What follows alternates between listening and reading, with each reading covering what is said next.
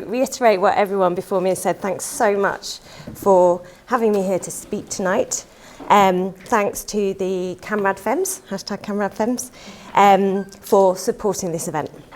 So it's a real privilege. I'm honoured to follow these women. I'm not sure I'll be quite so great as they've been, but I'll try. So, sorry, I'm not going to talk about sex, and I'm certainly not going to talk about clownfish. I'm just going to, you can ask me afterwards.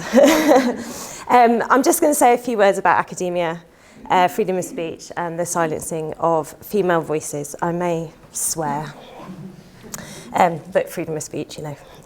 Okay, so in 1993, I'll start with the story.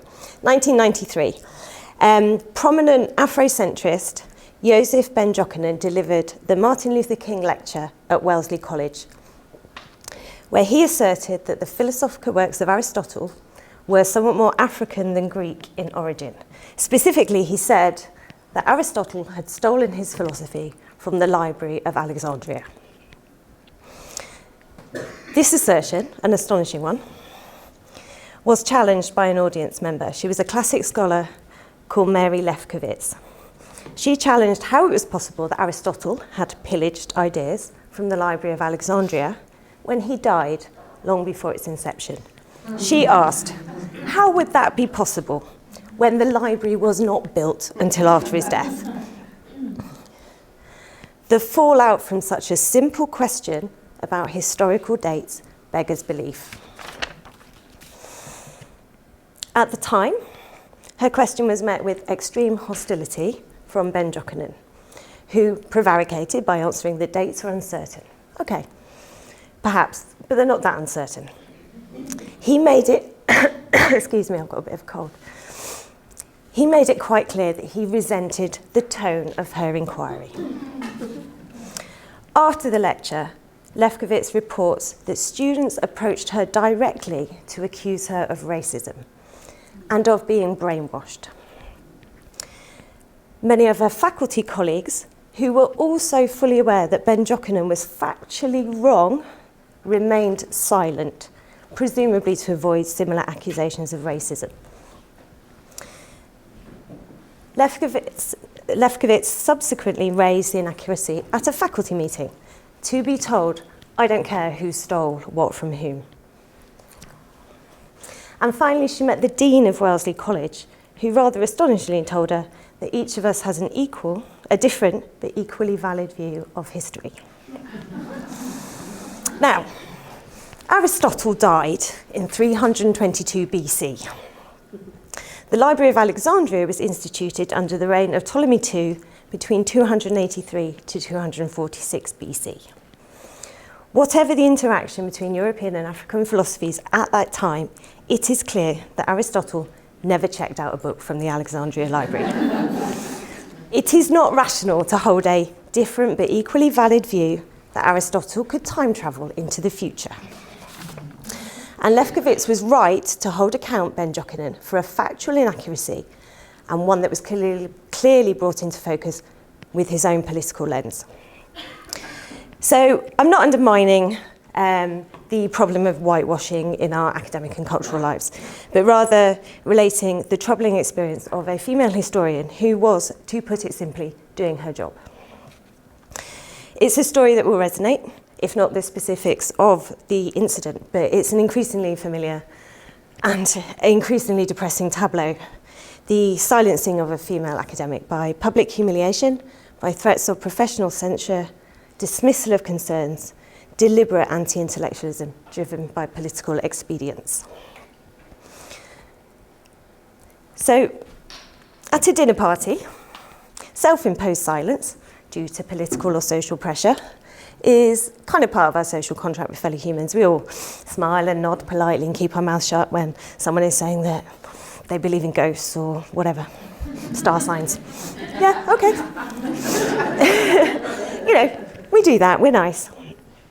In academic contexts, externally imposed silencing due to political or social pressure is utterly unacceptable.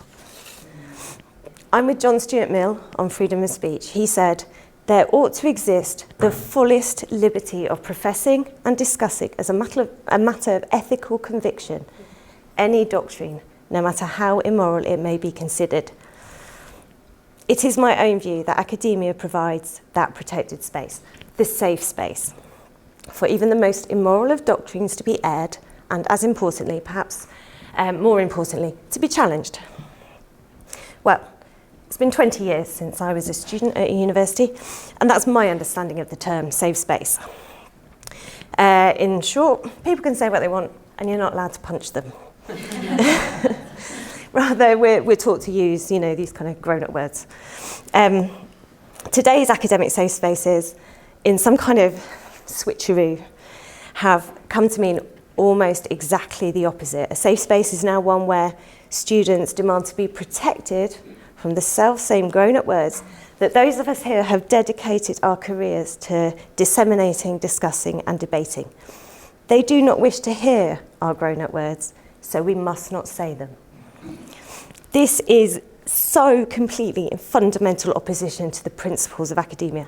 I can't fathom why an institute should even consider protection from academic discussion part of their duty.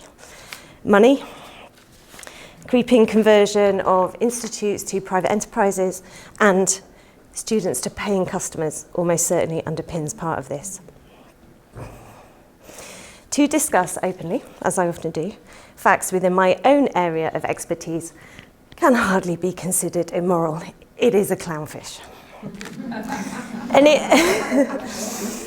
Anyone would struggle to evoke a harm principle when a developmental biologist asserts that sex relates to reproductive role, specifically the anatomies associated with gamete production, the sex bodies that those anatomies are housed in, and the behaviours that stem from those sexed bodies.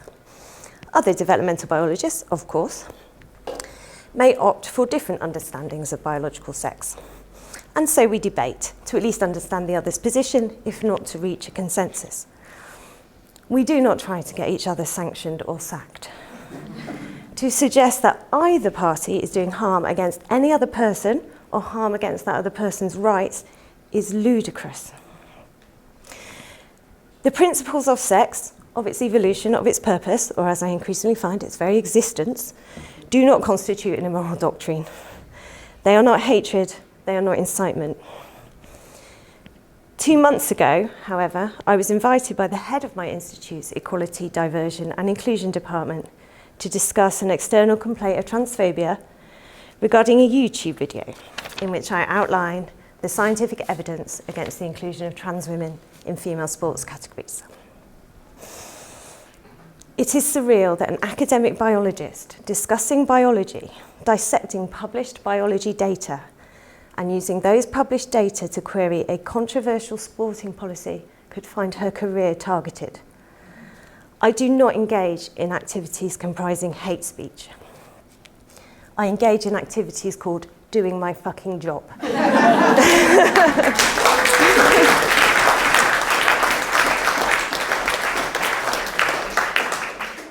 Right now, the entire section on my CV under public engagement could be described as addressing anti-intellectualism in the scientific arena.